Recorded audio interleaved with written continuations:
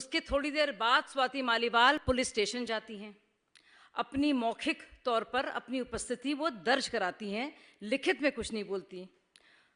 करीब 32 घंटे बाद संजय सिंह इस बात की तस्दीक करते हैं कि उनके साथ बदसलूकी हुई और दुर्व्यवहार हुआ। यानी कि ये बात तय है कि सीएम आवास के अंदर स्वाति मालीवाल के साथ, जो कि महिला आयोग की पूर्व अध्यक्ष हैं, वर्तमान तौर से सांसद हैं, उनके साथ हाथापाई हुई है। एक और बड़ी फिक्र की बात है कि स्वाति मालीवाल के बारे में अभी तक पता नहीं चला है, ना तो उनसे फोन संपर्क कोई कर पा रहा है, और ये सबको जानना बहुत जरूरी है कि क्या वो सुरक्षित हैं। संजय सिंह कह रहे हैं कि इस बात का संज्ञान लिया गया है। अब ये कैसा आपने संज्ञान लिया है कि अभी तक कोई भी एफआईआर पुलिस थाने में दर्ज नहीं हुई है और ना ही किसी के खिलाफ कोई एक्शन नहीं लिया गया है। राज्यसभा सदस्य के लिए इतने समय तक गायब रहना बहुत सारी शंकाओं को जन्म देता है। और जरा सोचिए, सीएम साहब के उन आवास में, शीश महल में, महिला आयोग की पूर्व अध्यक्ष सुरक्षित नहीं है, उनके साथ मारपीट की जा रही है और इस बात को माना भी जा रहा है अगले दिन संजय सिंह द्वारा। तो आप सोचिए, दिल्ली की महिलाएं इस निकम्मी सरकार से क्या उम्मीद रख सकती हैं। मैं इन सब लोगों को बहुत नज़दीक से जानती हूँ, उनके साथ मैंने बहुत वक्त गुजारा है। उन सब के आपसी रिश्ते क्या हैं, क्या इनर डायनामिक्स हैं, उसका खासा इल्म है मुझे। और साथियों, ये जो गंदगी आप देख रहे हैं, अब मैं उसके इस बारे में पूरी तरह से परिचित रही हूँ, इसीलिए मैंने वहाँ से जाने का मन बनाया। इस बात की व्याख्या मैंने कई बार अलग अलग इंटरव्यूज़ में भी की है। और आप लोग भी अब देख रहे हैं क्या असली चेहरा है, क्या चरित्र है आम आदमी पार्टी का और खुद सुल्तान साहब का। और एक और ज़रूरी सवाल केजरीवाल जी से मैं पूछना चाहती हूँ कि भाई, आपके सीएम आवास में क्या कुछ होता रहता है? कैसे सुल्तान साहब आप हैं, लाट साहब आप हैं कि एक बार नहीं कई कई बार इस मारपीट के आरोप लगते हैं और संजीदा तौर से लगते हैं। और यही नहीं, अमानतुल्लाह और प्रकाश जारवाल जैसे लोगों को चार्जशीट भी किया जाता है। ये मैं बात कर रही हूँ 2018 की, जब अंशु प्रकाश जी के साथ हाथापाई हुई थी, जो मुख्य सचिव थे, चीफ सेक्रेटरी थे दिल्ली के। अब सवाल और भी हैं, क्या ऐसे कुछ आपसी रिश्तों में दरार आई है जिसके वजह से ये हो रहा है? अरविंद केजरीवाल देश की जनता को बताएं कि 13 मई को सीएम हाउस में जो बदनाम घटना हुई है, उसका काला सच क्या है।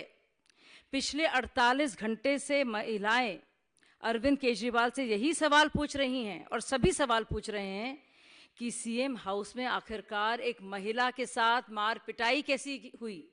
यह अलग बात है कि वो मौजूदा दौर में सांसद हैं और उनकी पुरानी सहयोगी हैं और करीबी हैं।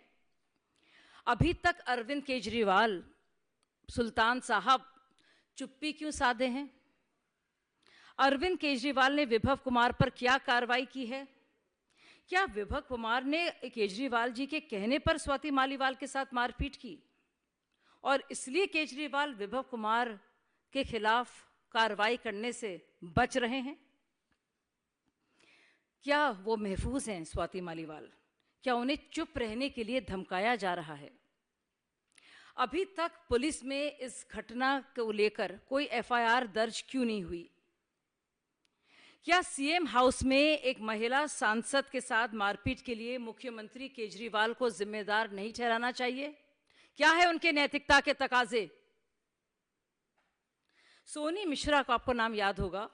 सोनी मिश्रा ने जो अपने साथ बदसलूकी को लेकर जो नरेला के तब के एमएलए शरद चौहान कर रहे थे, जब इस घटना के बारे में बताते हुए रोते पीटते हुए जब वो केजरीवाल जी के पास गईं, तो केजरीवाल जी ने क्या कहा? कॉम्प्रोमाइज कर लो। उसके बाद सोनी मिश्रा आत्महत्या करने पर मजबूर हुई। क्या ये माना जाए, और ये जहन में मेरे बात आ रही है, कि क्या स्वाति मालीवाल पर भी कॉम्प्रोमाइज करने के लिए किसी तरह का दबाव डाला जा रहा है? आज इंडी गठबंधन में जब कांग्रेस अध्यक्ष मल्लिकार्जुन खड़गे से पूछा जाता है स्वाति मालीवाल जी के बारे में, तो वो कन्नी काट लेते हैं, चुप्पी साध लेते हैं। एक महिला सांसद के खिलाफ दिल्ली के मुख्यमंत्री आवास पर हुई मारपीट पर इंडी गठबंधन क्यों चुप है? लड़की हूं, लड़ सकती हूं। प्रियंका वाड्रा जी नारे तो बहुत लगाती हैं, इस पर चुप क्यों हैं? सोनिया गांधी चुप क्यों हैं? ममता बनर्जी चुप क्यों हैं? और खुद उनकी साथी अतिशी मर्लिना चुप क्यों हैं? क्या इंडी अलायंस के पोस्टर बॉय केजरीवाल जी को लेकर इंडी अलायंस के बाकी नेता कुछ उनसे सवाल जवाब करेंगे कि इस बात पर वो मौन रखेंगे? साथियों, निर्भया आंदोलन के वक्त से जब से पार्टी बनी है, हम लोगों ने सड़कों पे जाकर महिला सुरक्षा के लिए ऐसी लड़ाई लड़ी है, लाठियां खाई हैं, आंसू गैस झेले हैं हम लोगों ने। और आज का दिन ये कि दिल्ली के मुख्यमंत्री के घर पर, शीश महल के सुल्तान के घर पर बाकायदा मार पिटाई हो रही है और अभी तक कोई साफ सुथरा जवाब नहीं मिल पा रहा है। सीधे तौर से ये पता नहीं चल पा रहा है कि उस 13 मई के दिन सुबह के वक्त क्या हुआ जिसने मजबूर किया स्वाति मालीवाल को 2 इमरजेंसी फोन कॉल करने पर और फिर पुलिस थाने जाने पर। धन्यवाद। I would like to say that it is indeed shocking that Kejriwal is quiet on this issue, that it has happened not once but even before, that there are actual cases of misbehavior, of actual beating, physical assault, and they go on within the confines of Sheesh Mahal of Sultan Kejriwal Sahab.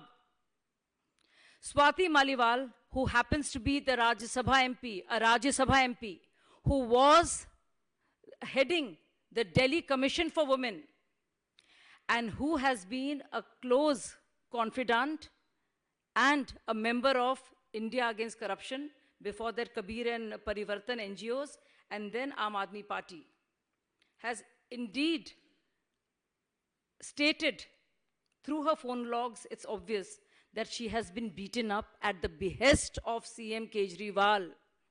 उनके कहने पर उनके साथ मार पिटाई हुई. And it is to be seen that Kejriwal has been quiet for the last 48 hours. The poster boy of India Alliance should answer, and their basic answers that Priyanka Gandhi, Mallikarjun Kharge, Sonia ji, Mamta ji, and others should ask of them, what makes them so quiet at this point of time? Folks, I've been saying this for a long time, and I have seen this sinister and sordid state of affairs within the party. I have witnessed this firsthand. Yes, I have witnessed it firsthand on many occasions, which is why, for people like me, it was untenable to stay on. Now all of you can see how sordid and how murky situation is in Aam Aadmi Party and what actually goes on there.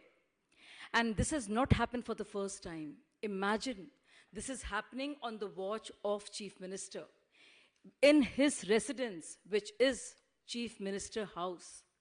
And never before in the history of independent India have we heard of a chief secretary being beaten up and a Rajya Sabha MP, a woman MP, being assaulted by Chief Minister's PA, so to speak.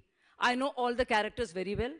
It is impossible that Arvind Kejriwal's right-hand man, I should call him henchman because I know what he is like, would do so without being ordered by Kejriwal to do so. This is indeed very serious, and I think Kejriwal should come clean on this. Offer his resignation if he can't ask Vibhav Kumar to resign. We also would like to know as to how Swati Maliwal is. Is she safe? Is she being intimidated? Is some kind of rapprochement or compromise is being sought? Thank you so much. Any questions? Thank you.